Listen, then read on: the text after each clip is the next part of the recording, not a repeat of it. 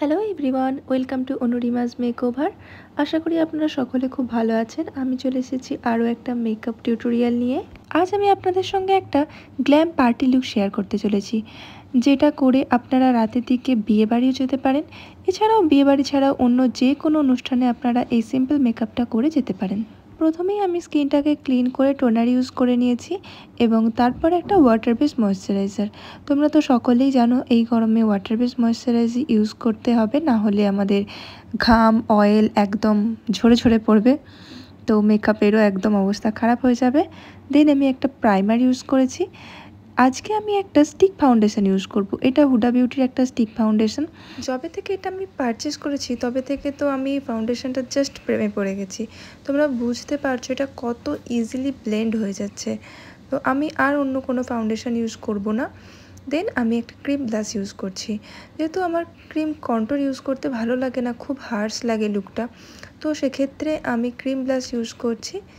দেন আমি ফরএভার 52 এর concealer use করছি। আমরা মেকআপ করতে হয়তো অনেক মেয়েই ভালোবাসি, কিন্তু ঠিকঠাক টেকনিক আর প্রোডাক্টসের অভাবে আমরা মেকআপটা করতে পারি না। শুধুমাত্র এক্সপেন্সিভ প্রোডাক্ট দিয়েই যে মেকআপ করা যায়, কমা দামি জিনিস দিয়ে যে মেকআপ করা যায় না, এটা একদম ভুল কথা। হয়তো তার ফিনিশিং খুব ভালো আসে না, কিন্তু কম দামি প্রোডাক্ট দিয়েও মেকআপ করা যায়। আর সেটা তোমরা নর্মাল এই বিয়েবাড়ি বা অন্য কোনো ইনভিটেশনে করে যেতেই পারো। তোমরা দেখো আমি কিভাবে ট্রান্সলুশন পাউডারটা ইউজ করলাম। এক গাদা নিয়ে কিন্তু আমি আমার ফেসে থুপে নিইনি। আমি আমার হাতের মধ্যে আগে এক্সেস প্রোডাক্টটাকে রাব করে নিয়েছি। দেন যে পাফে যেটুকু লেগে থাকবে সেটা দিয়ে পাউডার পাফ দিয়ে আমি পাউডারিং করেছি। আমি চেষ্টা করব তোমাদের চিপ প্রোডাক্ট দিয়ে একটা টিউটোরিয়াল নিয়ে আসার, এটা দেখানো যে চিপ প্রোডাক্ট দিয়েও মেকআপ কিন্তু করা যায়। হ্যাঁ, সেটা হয়তো তার ফিনিশিং হয়তো এক্সপেন্সিভ প্রোডাক্টের মতো হবে না, কিন্তু তোমরা তো কোনো ব্রাইডকে সাজাতে যাচ্ছ না। আমরা যদি কোনো ব্রাইডস করি বা এরকম কিছু করি, সেক্ষেত্রে তোমাদের এক্সপেন্সিভ প্রোডাক্ট ইউজ করতে হয়, বাট নিজেদের ক্ষেত্রে আমরা তো অল্প একটু চিপ ইউজ করতেই পারি না। আমি আজকে একদম সিম্পল একটা আই মেকআপ করছি, একদম স্মোকির উপরে। তোমরা যদি কেউ এই মেকআপ লুকটা ট্রাই করো তাহলে অবশ্যই আমাকে মেনশন করো, আমার ভালো লাগবে। মেকআপের সবথেকে ইম্পর্টেন্ট পার্ট কী বলো তো? Is blending.